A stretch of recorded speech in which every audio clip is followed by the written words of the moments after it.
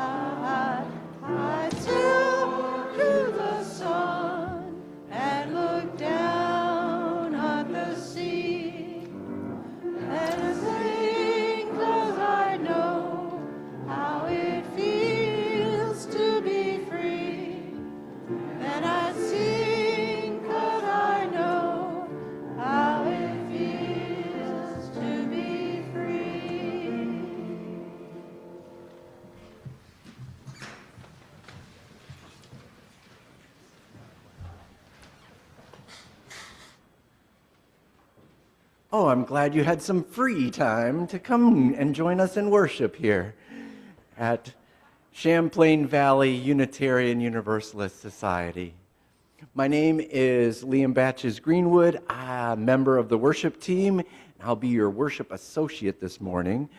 This month, our focus is practicing resistance. And today, Tricia Hart will be bringing a message on how Martin Luther King Jr. changed Unitarian Universalism and helped us get really good at practicing resistance. Today, as we're celebrating MLK's birthday, maybe we will hear an echo of his voice and spirit, challenging us to join him in practicing resistance within our current context. Oh, before we go on, I want to thank the CVUUS staff for picking up messes. For so many things. Our staff is more than just having two interim pastors who bring inspiring messages, or an amazing music director who brings us inspiring music. Our staff is also a religious exploration director who introduces our children and our community to multiple faith perspectives so that they can navigate the world and all of its beautiful complexity. And our staff includes an office administrator who makes sure that we stomp our feet and get rid of the ice within our sanctuary. so that we can have a sanctuary.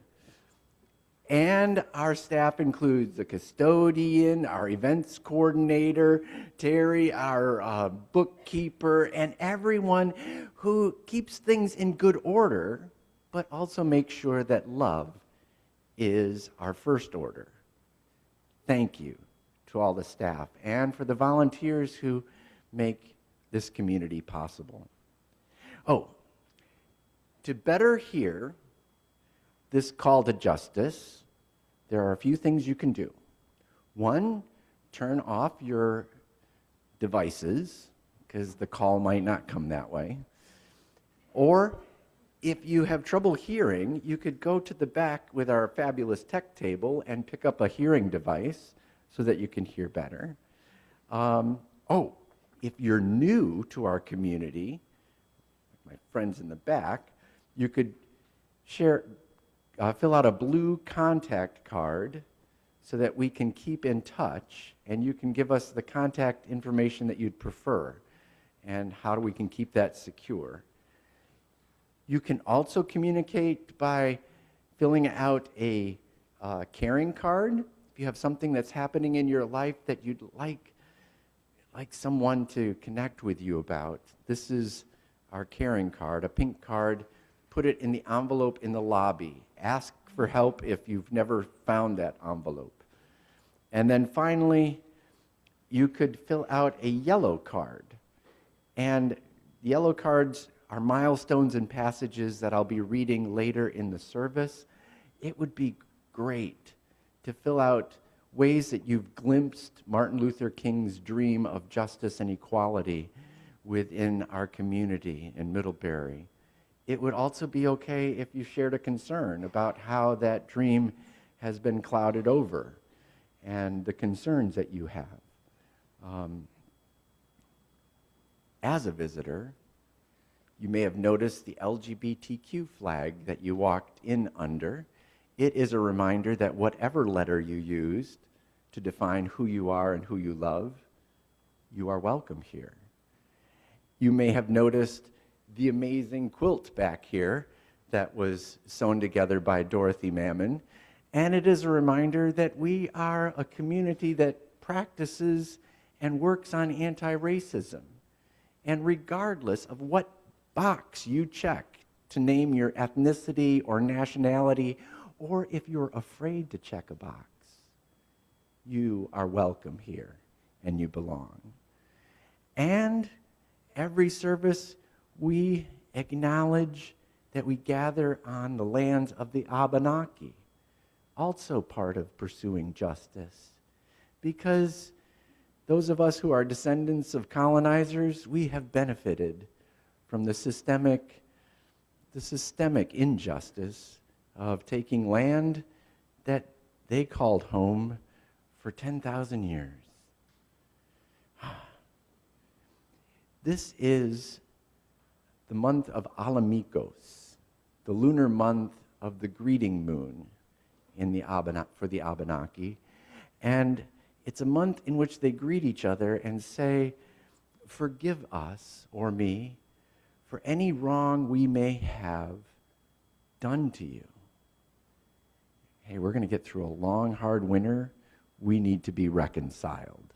It's a good time to do this in January. So I'm going to give you a moment to think. I've named so many: LGBTQ, immigrants.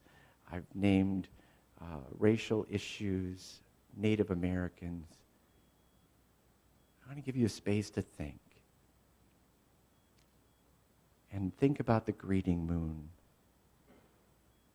Forgive us for any wrong we may have done to you. And after that moment, I'd ask you to join me in the chalice lighting.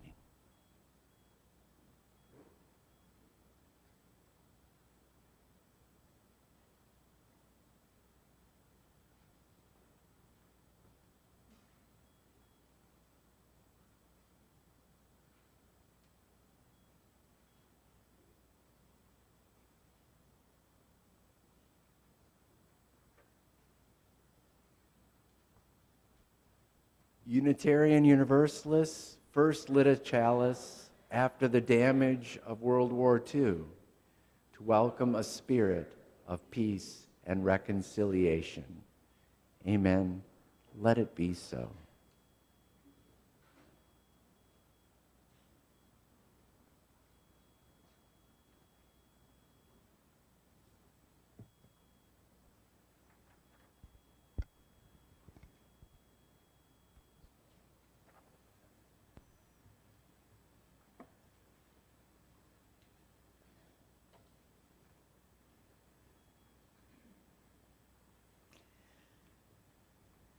Thank you, Liam.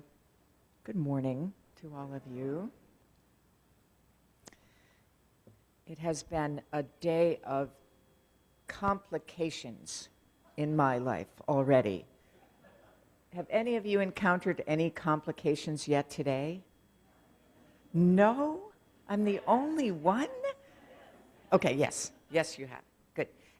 So we can forgive the complications too, and hope that maybe they're done for today. Maybe. The opening words this morning come from the work of Rebecca Solnit. This is just one of the books that she has written. This one she called Hope in the Dark, Untold Histories, Wild Possibilities. I'm going to look and see what year. 2016 is the year that she published that particular book. She keeps writing about possibilities and hope. And the particular topics of her books change from year to year, and yet somehow the message and the importance of the message is still very applicable. She said this about hope. Hope is not a lottery ticket you can sit on the sofa and clutch, feeling lucky. It is an axe you break down doors with in an emergency. Hope should shove you out the door. To hope is to give yourself to the future. And that commitment to the future is what makes the present habitable. That commitment to the future is what makes the present inhabitable. Julia Santerre sent me a text early this morning saying that she is feeling crummy, complication in her life. She's got a cold or the flu or something, and in a very short time she rearranged everything, even though she's not here to be the coordinator of religious exploration. She organized me, she organized Claire, she organized Jess, a bunch of other people. So things are covered, but it is my delight to do what she was going to do for the Time for All Ages. When Julia and I were talking last week about what she might do, she said, you know, I've talked about Martin Luther King Jr. before, and I think I want to go in a different direction this time, and I'm wondering about the women who worked with Martin Luther King Jr., who were part of the movement that he shepherded. And I said that sounded like a great idea. And one of us said, I don't remember which one first said it, that, you know, people don't necessarily know as much as they might about Coretta Scott King, Martin Luther King's wife. So Julia did some research and found out things that she knew and things that she didn't know. And she decided to call this piece that I'm going to deliver a eulogy, because a eulogy is defined as a speech or piece of writing that praises someone or something highly, typically someone who has just died. Coretta Scott King died a few years ago, but today seems like a good day to eulogize her. Coretta was born in Alabama in 1927. 2 years before Martin was born. Her great-grandparents were born into slavery, and her grandmother was a respected midwife in their community. She grew up, she was an excellent student, she was valedictorian of her high school. She went on to college and then studied something after college. Any of you know what Coretta's special gift was? She's a singer. She actually was given a scholarship to New England Conservatory of Music in Boston. She was an extraordinary singer. And though Coretta was political before meeting Martin, she had joined the NAACP in college, and their letters are saved, and the letters between them have demonstrate that being interested in politics and justice was a part of the reason that they were attracted to each other. She was strong and determined in her fight for justice. It was hard for both of them after they were, Coretta was not finished, actually. She never finished her last year at New England Conservatory, but Martin finally did finish his Master of Divinity and then his doctorate, and they needed to decide where to go, where he could preach. And the possibility of going to Alabama was not high on either of their lists. It was especially difficult for Coretta because she wasn't at all sure that she would be able to continue in her path, in her career as a singer. But they decided to go to Montgomery, Alabama anyway, certain that there would be important work to do, as there certainly was. Coretta was determined in her own fight for justice.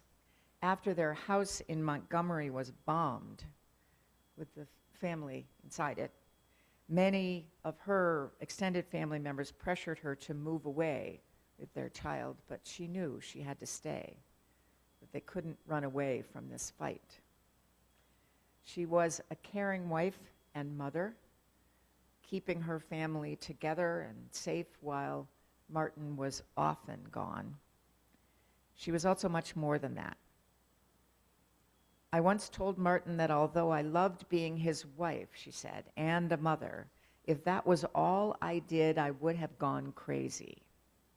I felt a calling in my life from an early age. I knew I had something to contribute to the world. She was very much a part of the movement.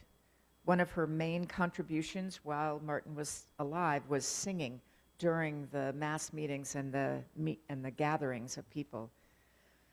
But she also pushed Martin, in some cases beyond where his thinking had already taken him, and especially on foreign relations. She was a huge proponent of peace and nonviolent resistance and was very much against the Vietnam War. In 1965, she was the only woman to speak at an anti-war rally at Madison Square Garden. And after her husband was assassinated, Coretta seemed to grow stronger and continued the fight for both of them. She made speeches he had committed to after his death. Richard Hopkins is here, and at our gatherers meeting this week when we were planning today's service, Richard told us that he actually saw her speak at his Harvard class day in 1968. And I said, hang on a second, Martin was assassinated in April of 1968. She came to Harvard and gave this speech a few months after he died. Thank you for telling me that. I haven't watched the video of it, Richard, yet, but I will. She fought for Martin Luther King Jr.'s legacy. And she is the reason why we have this day set aside, this weekend, tomorrow officially, but I think of it as now, to honor him and the civil rights movement. She started the Martin Luther King Jr. Center for Nonviolent Political Change. And along with Ralph Abernathy and others, she led the Poor People's Campaign. Sending off the Southern caravan, she sang and shared her own dream. Where not some but all of God's children have food, where not some but all of God's children have decent housing, where not some but all of God's children have a guaranteed annual income in keeping with the principles of liberty and grace.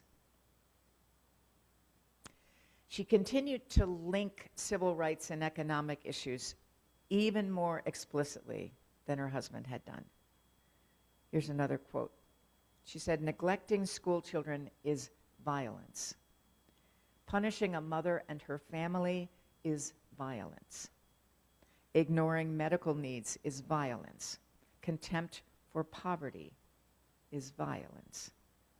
Even the lack of willpower to help humanity is a sick and sinister form of violence."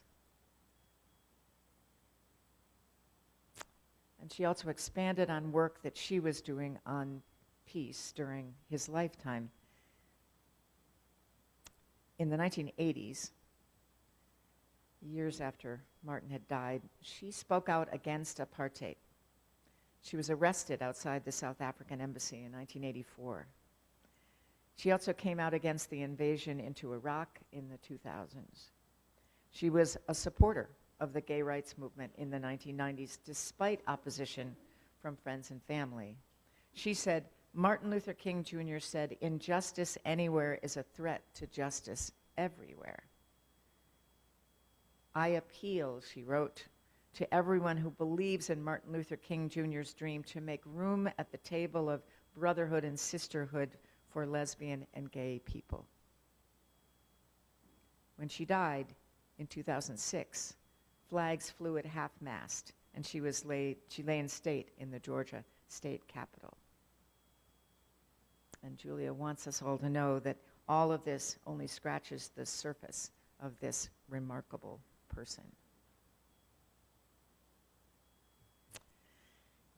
It's time for children to go off to their religious exploration classes, and time for all of us to sing them out.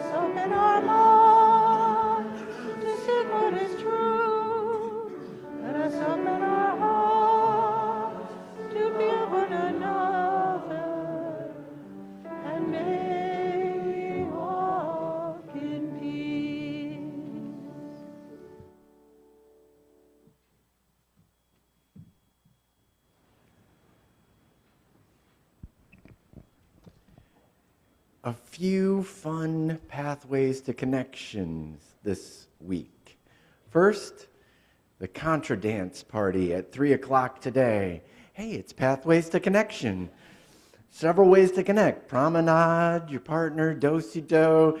There'll be non-gendered calling and a lot of ways of connecting. On Wednesday, you could connect with neighbors who are coming together for a vigil and a march for those who are without shelter during this winter. I thought that was Wednesday. Okay. Yes, it's Thursday. Thank you. I had another thing for Thursday, so I thought it couldn't be two things on one day. We don't do that, do we? But we do.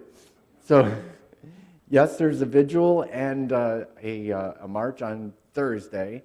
And then in the evening on Thursday at 7 o'clock, I'm gathering with Queerly Beloved friends and members of Mid-Pride as we're working on a covenant and a rebooting of Queerly Beloved. You may know that Turning Point has had to withdraw from supporting Queerly Beloved. They've had staffing issues.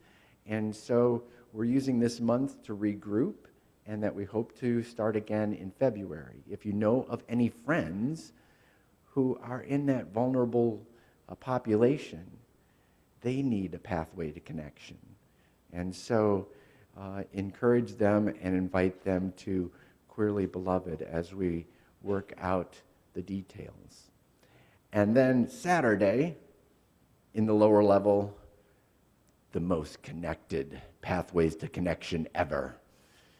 Isley Public Library is doing a jigsaw puzzle finale downstairs, and you can help connect many, many pieces. Those are my pathways to connection. And our offering today will be towards the Vermont Immigration Legal Defense Fund so that we can connect the news to a real need.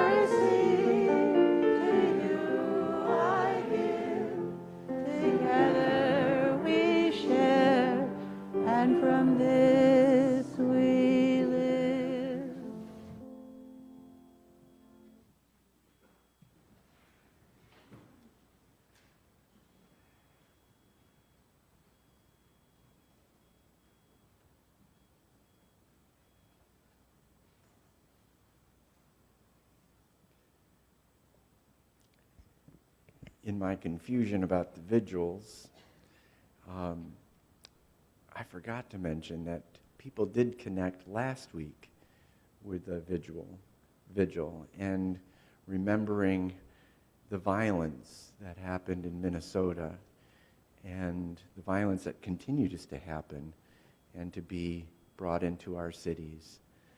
So I know I made light of it when I talked about stomping your feet and making sure there's no ice in the sanctuary, but it's not easy to laugh it off. Mike would also like us to remember that we have an amazing outreach to those who attend here and those in our larger community through the Charles Avenue Community Cupboard. Recently shared with us was a story from a Starksboro resident who just wanted to say thank you, thank you. My family feels like we are shopping at a grocery store, a very small grocery store, when we come to your cupboard. To support a family like the one who shared that statement, I just read that we need some food donations. So currently we have several families providing most of the food. And the more that we can work together, the more that will benefit other families who really need the food. So thank you, and let's keep up the good work. Marnie says, what a wonderful game night we had this past Friday. There were 43, yeah. It's the music of so many ages together, the joy, oh my goodness, it is a good anecdote to bad news, to have the good news of so much fun and so much connectivity. Thank you. Then there's this silly one about my birthday.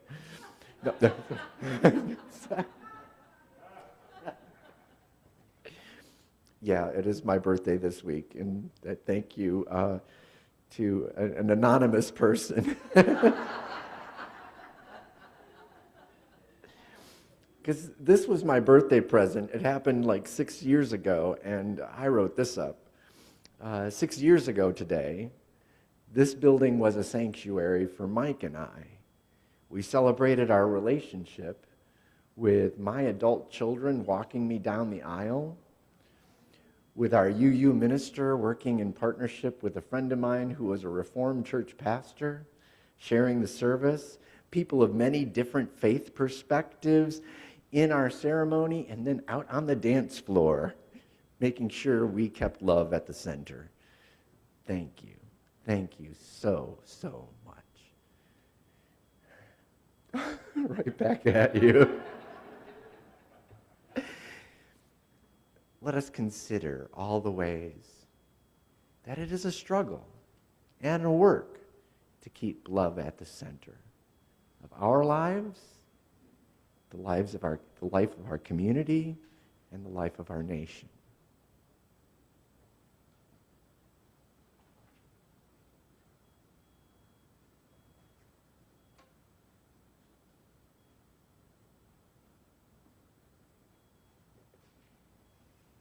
Let's take a moment to be quiet, or almost quiet together, thinking of all of these things.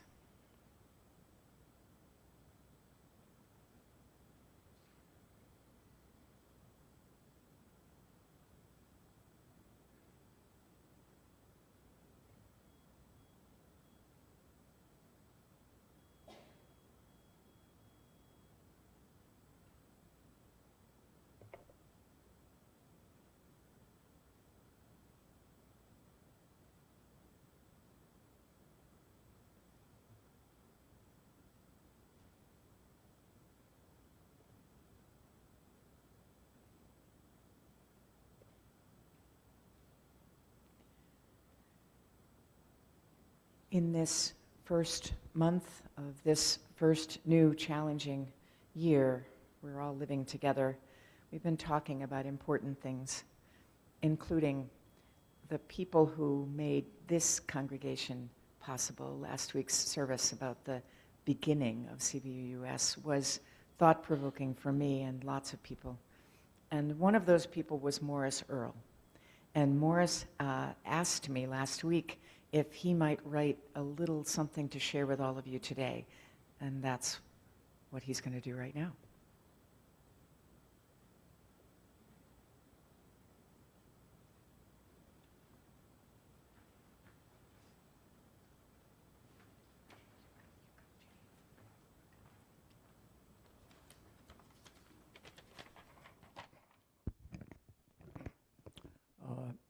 Hi, can you hear me okay?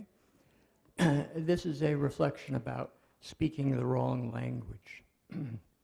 I grew up in a leafy Connecticut suburb and learned to speak leafy Connecticut suburbanese. As a WASP, you were not supposed to let anyone know what you thought. Like if you had an argument, don't let anyone know, especially the person you're arguing with. Things were either nice or lovely. There was no category of other. Everyone I knew was white. There weren't any Italians or Catholics that I remember. There was one kid whose father hadn't gone to college, but that was only discussed in a whisper. Coming to this church for a long time, hearing the founding members last week talk about things that they have done, seeing the magnificent quilt that Dorothy made on the wall of Black Lives Matter, all reminds me I can learn other languages beyond the leafy suburbs. I can learn to speak French better and work in a hospital in a French-speaking country in Africa. For several months, I've been speaking French at home with my wife, Lynn. We are taking a course together from a woman in Quebec named Patrice, who has worked with Médecins Sans Frontières, Doctors Without Borders, all over the world. Then I got my work assignment last week, Tanzania, in a refugee camp next to Burundi. The thing is, nobody in Tanzania speaks French. It's not a francophone country. I was learning the wrong language. But we continued with the French teacher. She did role playing in which villagers in Africa had no idea what we were doing there and whether we had good intentions. She taught us about ways you show respect and politeness in African cultures. I realized suddenly that most people in Africa don't speak French or English. Those are European languages. People speak Swahili in East Africa, in addition to 100 other languages in Tanzania alone. French was the wrong language, but so is English, or at least leafy Connecticut suburbanese, which has served as a barrier my whole life. If I were to step outside my home, if I want to step outside my home and outside the walls of this church, I need to understand what people are saying. Maybe some Swahili in East Africa, like Asante Rafiki, which is thank you, friend. I need to try to listen to what people don't say, what they feel, because that is the language of the heart. The shirt I'm wearing today was made by some people in a clinic and orphanage in Zambia where I worked years ago. I thought at the time it was a nice gift. Lovely, really, lovely. But I didn't ask the people who made it how they were feeling or how was their day. In Swahili, it would be hujambo.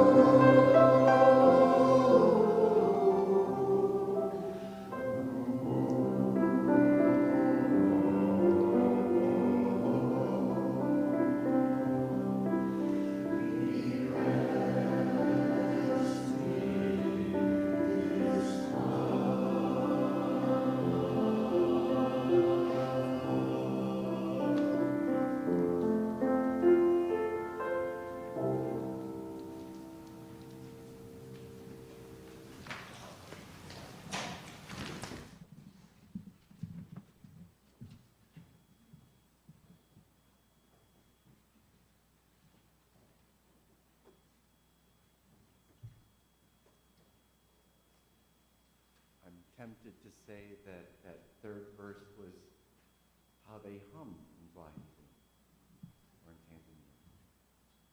It was beautiful because we didn't use words, but I think it still communicated love. Thank you, choir. I'd like to read a poem from Kim Stafford from his collection called Singer Come From Afar. The reason I suggested reading it today is because the title of the poem is At the Bird Refuge on MLK Day. And it's about seeing life from another person's perspective.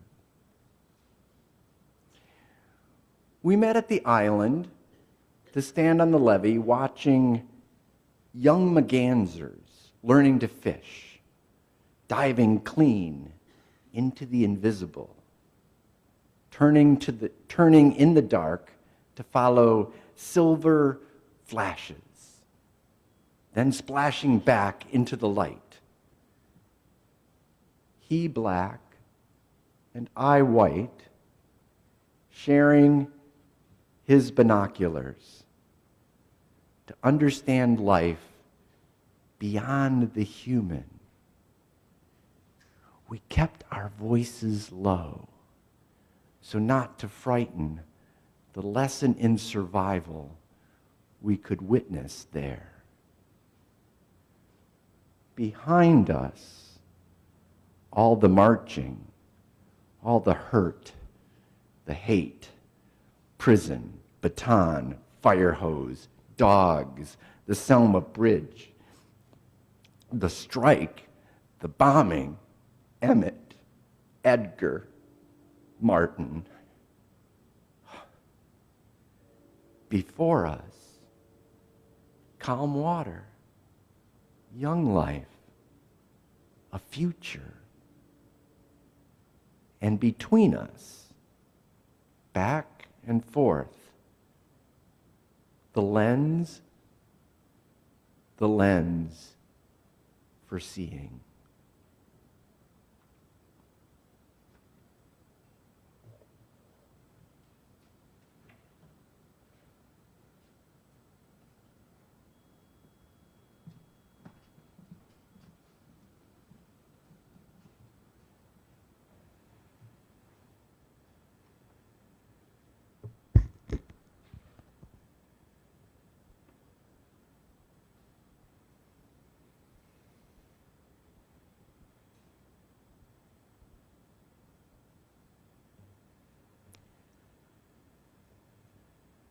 At the beginning of this congregational year, I talked to my friend Christina Solari, with whom I have the great honor to share this interim ministry, about this idea that I had, which was to do a series of services that would be about Unitarianism, Universalism, what our theology is, what our history is, what difference all of it makes.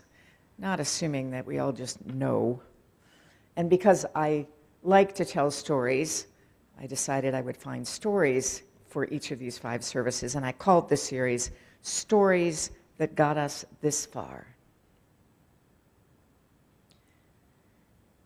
I was taught, growing up as a Catholic, that the essential stuff never changes. God is as God always has been and always will be. And therefore, and for those who got uncomfortable with this idea of God, the idea was still there. Truth is as it always has been and will ever be. And a creed, which Unitarian Universalism does not have very intentionally, a creed is meant to be an expression of all of that unchanging stuff, everything that is most essential. And a creed doesn't need to change because the important things don't change. That's what I was taught. So much of this kind of thinking made up my early religious experience, which is, frankly, what made it easy for me to leave behind. I don't believe it's true. I believe that some values are essential and lasting, maybe even unchanging. But people's lives, our ideas and hopes and fears and dreams and expectations, those are shaped by what happens to us and in the world and to our communities. And our religious traditions, I argue, are shaped by the life we live here on earth. Our principles, our values, our practices, what happens to us individually and what happens in community, shapes the religious tradition that we claim. Today, or not really today, it was Thursday, is Martin Luther King Jr.'s birthday. This year would have been his 97th birthday. I want to talk to you about how specifically Dr. King's work for justice for all people, and especially for people of color, has shaped this religious tradition of ours, this thing we call Unitarian Universalism. And I want to talk about a particular time, a set of events that happened 60 years ago. Many of us were alive then, though some, like me, were largely unaware of them at the time. These events, you won't be surprised to hear, are the events in Selma and Montgomery, Alabama in March of 1965. Interestingly, just about exactly 20 years before the founding of CVUUS. I'm wondering if Dr. King's work and racial justice was part of the impetus for that beginning. Perhaps. I do know that that set of events changed our faith and has shaped it ever since. So next month, on February 22nd, during Black History Month, I'm going to talk about what has happened from my perspective in Unitarian Universalism since then, since 1965. But today, I want to remember with you what happened in the cataclysm of events around what came to be known as Bloody Sunday. Some of you know this story. Some of you remember that I talked about it last year.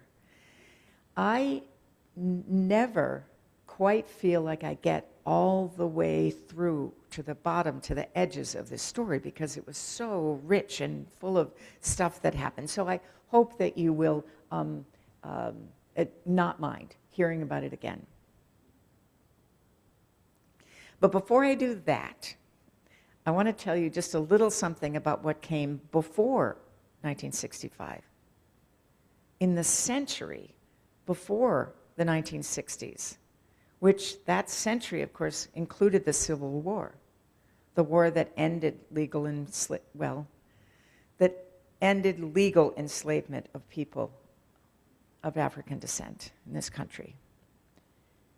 It's an interesting question to ask what the Unitarians and the Universalists were doing and saying then about the essential questions of justice toward people of all races, and the economic system in which enslaved labor was absolutely central and essential.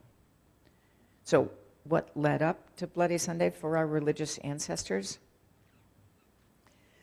I wish I could tell you that it was a steady evolution of awareness and change that leading to racial justice and inclusion.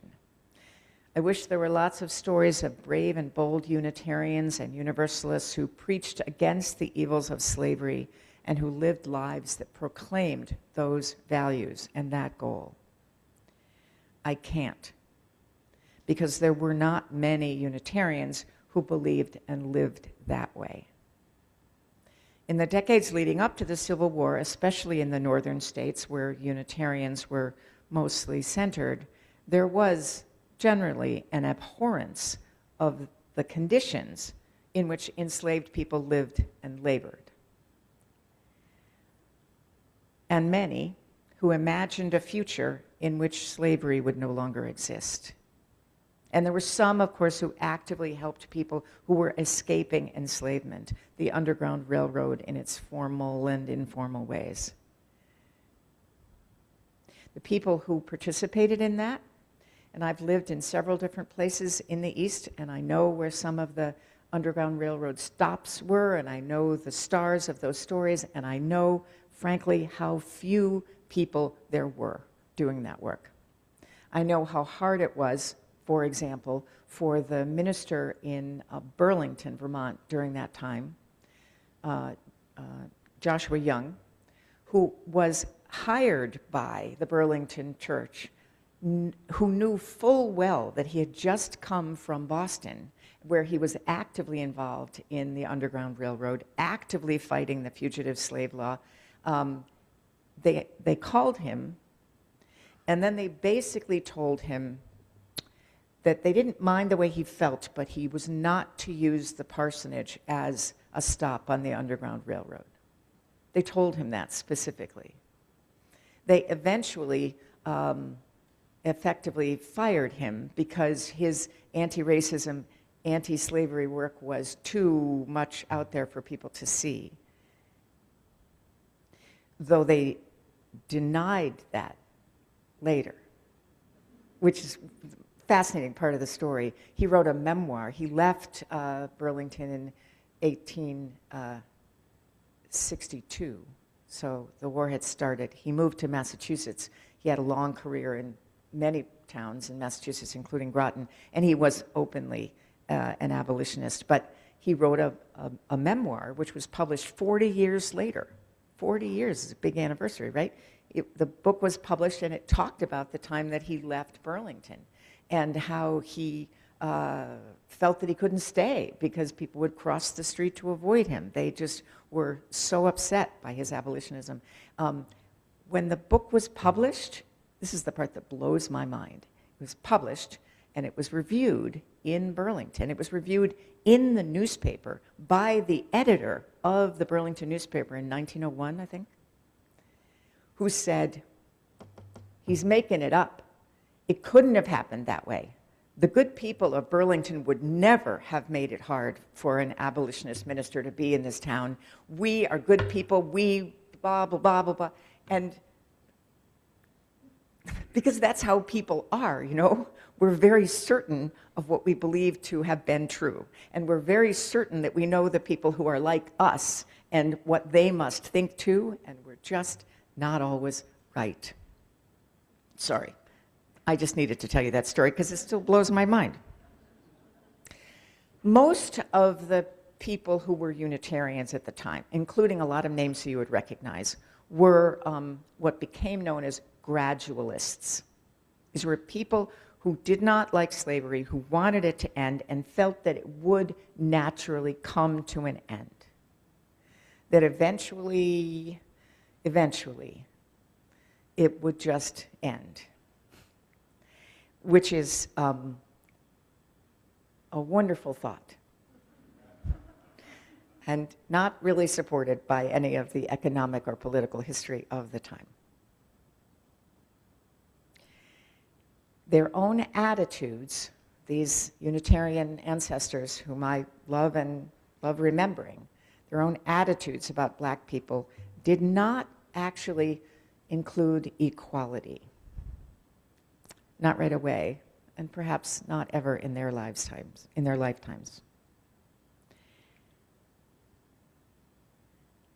There was an exception, and I want to tell you about, there was more than one exception, but there was one outstanding exception to this general rule about Unitarians in that time, and that was Theodore Parker. Some of you have heard his name. Theodore Parker hung out with transcendentalists. He was brilliant young man, went to Harvard, spoke 7 languages, read 15, just really had his theology down. He wrote a sermon and gave the sermon publicly in 1840 in which he questioned rather overtly the permanence in his mind of Christianity. He said, fundamentally, we understand what the teaching of Christianity is, but we don't actually need the Christianity part of it. And in fact, we don't need the Bible part of it because it's not accurate. And really, we know that there's something that he called, and others did, absolute religion. And that's what we need. We know how to try to be good and to love the world. Not okay for him to give that sermon. And various things happened, and he was generally forced out. And then he became famous. He actually left the small congregation he was serving in West Roxbury, which is a part of Boston, where I served for a couple of years in 2001. And the people in West Roxbury thought he made sense. They liked the sermons that he preached, but it wasn't okay for the official people. And so he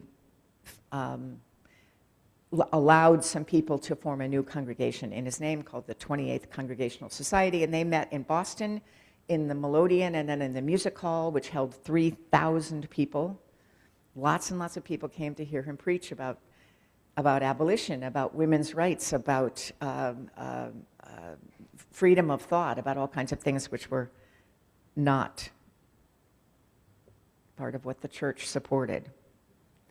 I wanted to read to you, this is a fabulous book by a scholar named Gary Dorian. This is about the making of American liberal theology. And one of the sobering and important things to notice is that this is not, subtitle, Imagining Progressive Religion. This is not a book about Unitarians or Universalists. I mean, Unitarians and Universalists show up in this book, but liberal theology was a much bigger, we forget that sometimes too. He talks about Parker, who was clearly disappointed in the faith that was his. I'll just read you a little bit. Parker still believed in 1841 that his denomination was America's best religious hope, but would not remain so if the church's leaders failed to commit themselves to absolute religion. In other words, religion beyond Christianity. And one of the things that depressed him the most is how fundamental two ideas were among the people of his era. One was the doctrine of hell, and the other was an assumption that slavery was a part of life. That's all, just a short list of two, hell and slavery. Not a pretty picture. Those are our ancestors, yay. I'll just read you a little bit of what Parker said. The Anglo-Saxon race, sorry, that's his language, on both sides of the water have always felt the instinct of freedom and often contended stoutly enough for their own rights. But they never cared much for the rights of other people. The slaves are at a distance from us, and so the wrong of this institution is not brought home to men's feelings as if it were our own wrong. No, quote-unquote, respectable paper is opposed to slavery. No Whig paper, no Democratic paper. You would as soon expect a Catholic newspaper to oppose the Pope and his church, for the slave power is the Pope of America. People got mad at him for lots of things, the way he spoke. So,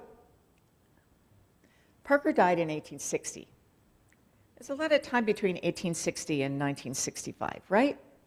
You would think that progress would have been made. But I think that idea that this is all at a distance from us, and we don't like it, but it's not really our problem, and all of those things that people tend to say. All right, so let's go back. You all remember what happened on Bloody Sunday, became known as Bloody Sunday, March 7th, 1965. How many of you remember it, kind of, sort of? Or I've heard the stories. Okay, not everybody. The thing to know is that so Selma, Alabama is a still small city in Alabama. It is in Lowndes County, and black people in Lowndes County had been trying to register to vote for a very, very, very long time, and failing because of all the reasons you know. What were some of the reasons why it was hard for black people to register to vote? Poll taxes, yeah. What else? And they were tests, Rich. You're right. They were tests. You had to answer questions most people wouldn't be able to answer about the Constitution or, frankly, just random things. And the other problem was that they only opened the voter registration office a couple times a month, and it was only open for a few hours, and it was just very hard. And Martin Luther King and the Southern leadership, the SCLC, and also the Student Nonviolent Coordinating Committee, SNCC, were trying and had been trying for years to have some sort of a breakthrough so that black people could vote in that part of Alabama. And it was not making a lot of progress. And then something happened. A young man, there was a march at the end of February of that year, and a young man named Jimmy Lee Jackson, who was 26 years old, black man. He was a deacon in his church. He was beloved in the community. He was shot after the march. He was running away from the police. He ran in, he was in a cafe with his mother and some other people, and he died because he lay down on top of his mother and took the bullet that the police were just randomly shooting. Jimmy Lee Jackson's death was something that people couldn't easily get past. And I say people carefully because most of the people who couldn't get past it were black people. But there were some white people who were aware of this and weren't okay with it. So basically, Selma became a place where marches and protests and plans for bigger events were happening every day. And Dr. King was involved in this, but he didn't live in Selma. He was in a lot of places, and his authority was questioned anyway. So there was a lot of pressure to have a march on Sunday, March 7th. And I'm sorry, I forgot to tell you, the idea was we're going to march to Montgomery. We're going to march 55 miles to Montgomery. And we're going to show up at the governor's office, and we're going to demand that this needs to change.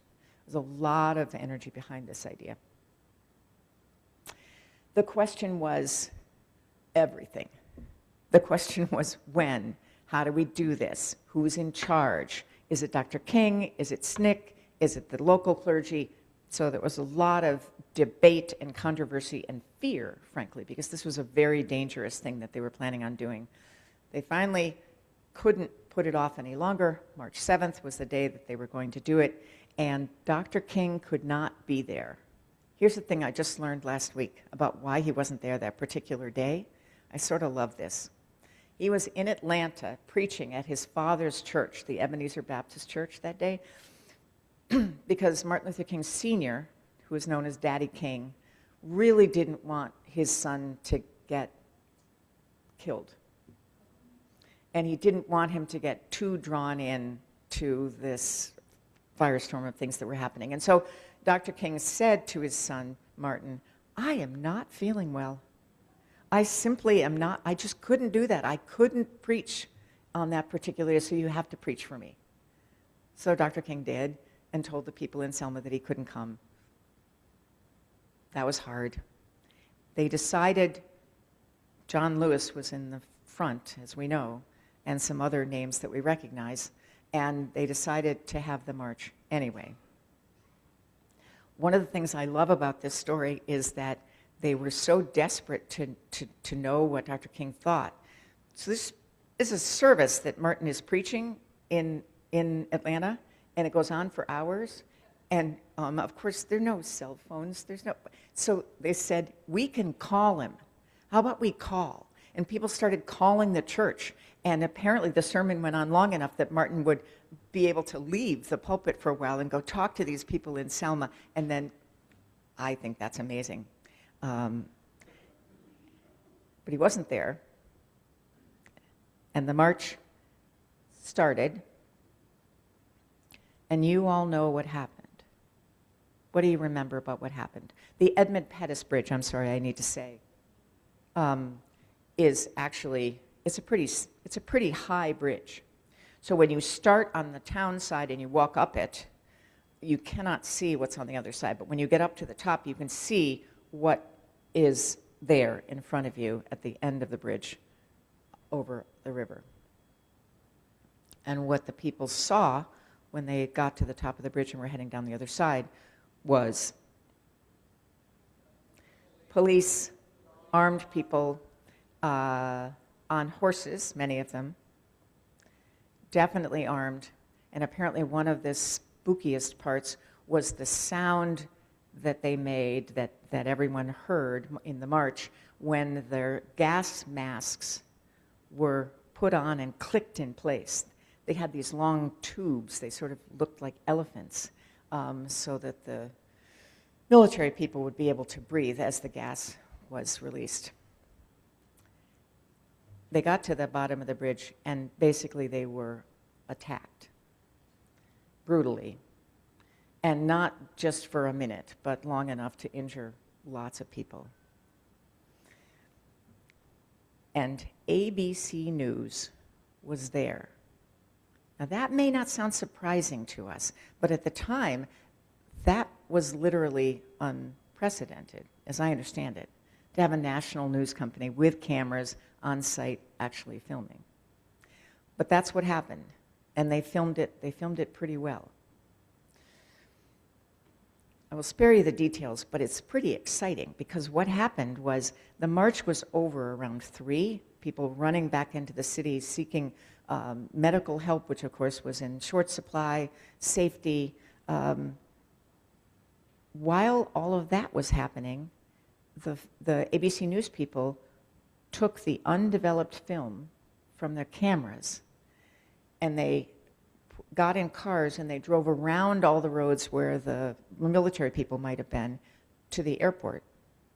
And they flew out of Montgomery with the film to Atlanta, to New York, in time to be broadcast that night. That's how it happened. I mean, I've heard this for years, that everybody got to see, everybody who was watching television.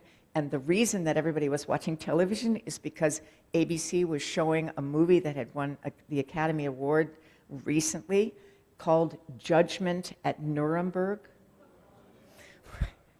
Spencer Tracy played a judge who had come to the trials at Nuremberg, and he's having this conversation with these German people who are terrified, who are servants in this house, and he's asking them, what did you know? What did you know? What was it like, life under Hitler? What can you tell me about what it was like? And they didn't say, they didn't know what to say, but apparently at the line where they said, we're just little people, we avoided politics, how could we know anything? And even if we had known something, what could we have done? At that point, they cut away to the Bloody Sunday footage. And they let it run for 15 minutes, which is like endless in news coverage these days, but it wasn't coincidental because ABC had a public affairs show, and the incredibly racist, violent sheriff, Jim Clark, of Selma, had been on one of their shows, and they had allowed him to speak for 15 minutes.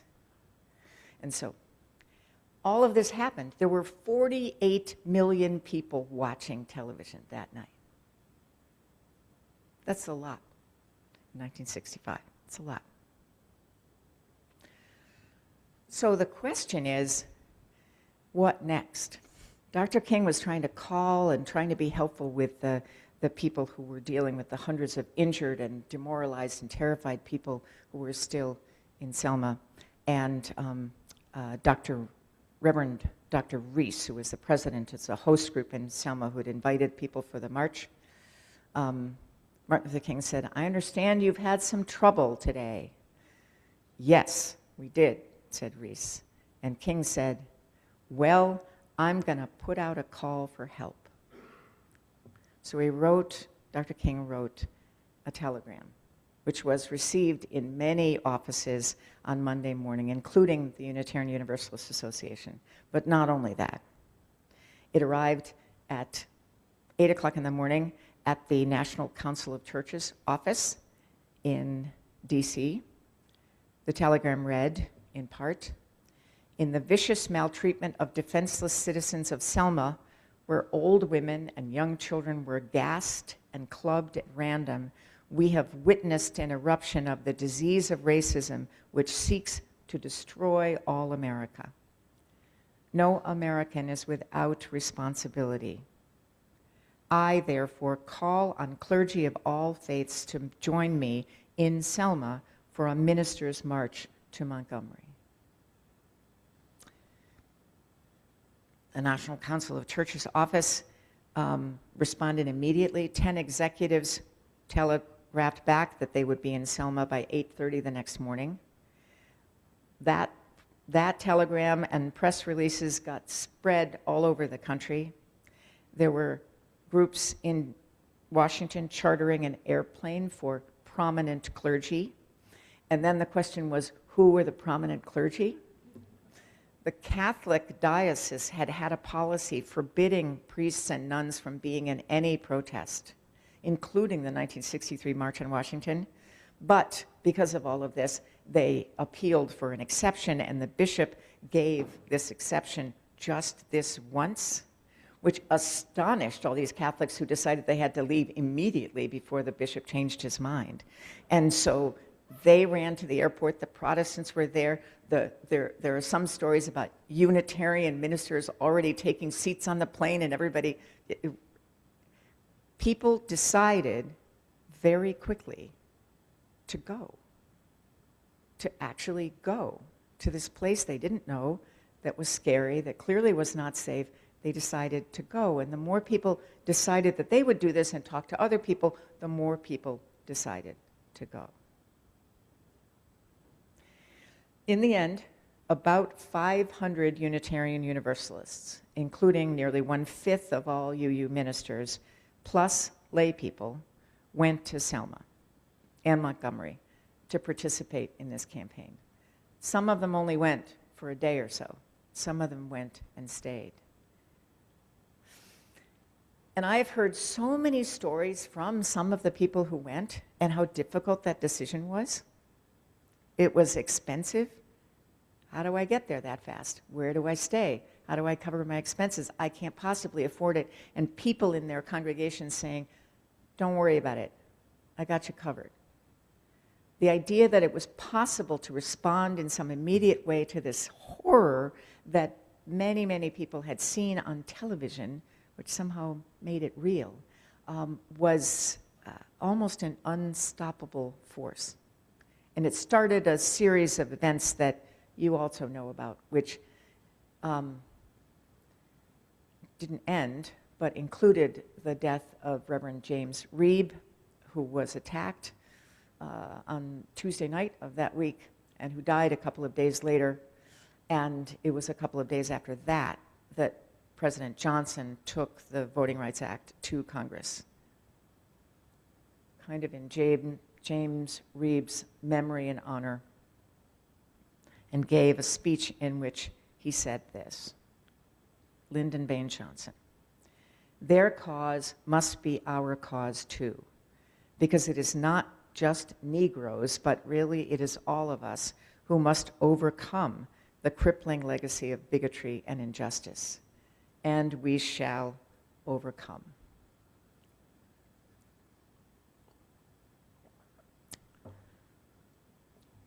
It's hard to tell this story because it doesn't end, which is the part that's good. It goes on. Not every part of the story is a triumph, clearly. And many things have been undermined that were happening in 1960s. But I think it changed something fundamentally in the way Unitarian Universalists thought about what the real issues are here.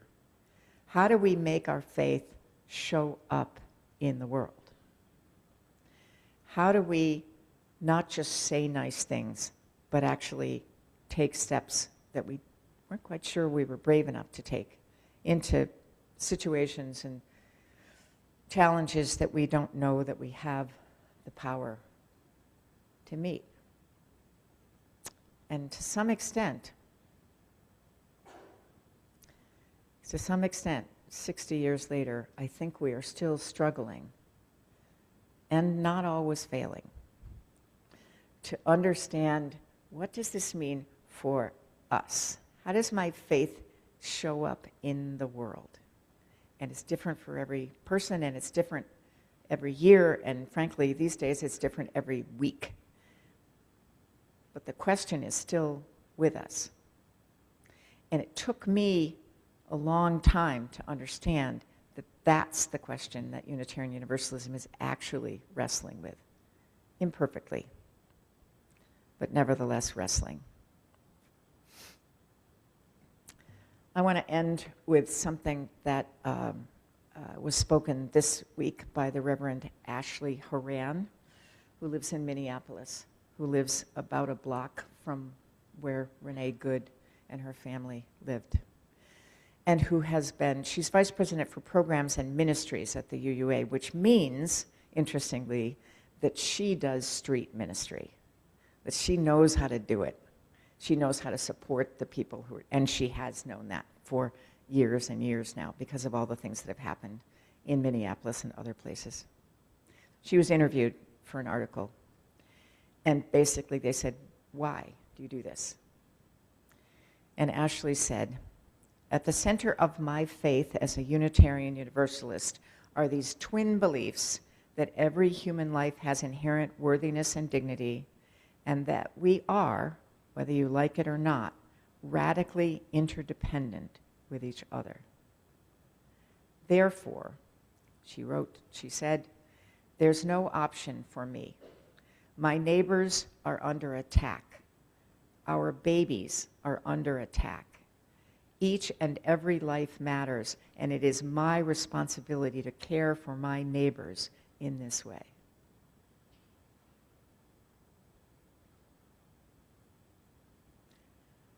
So may it be.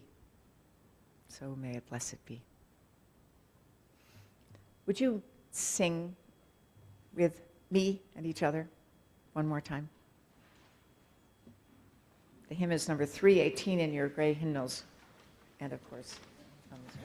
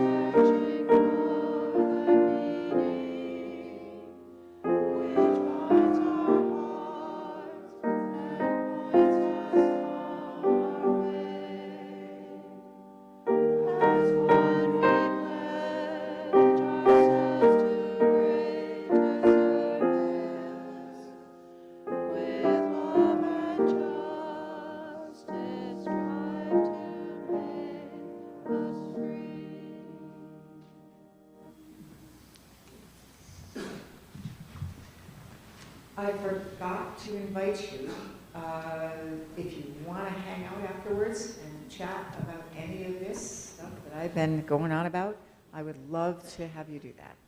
We'll be right over there. Our closing words are from James Baldwin. One day, perhaps unimaginable generations hence, we will evolve into the knowledge that human beings are more important than real estate, and will permit this knowledge to become the ruling principle of our lives. For I do not for an instant doubt, and will go to my grave believing that we can build Jerusalem if we will. Would you speak the words as I extinguish the chalice?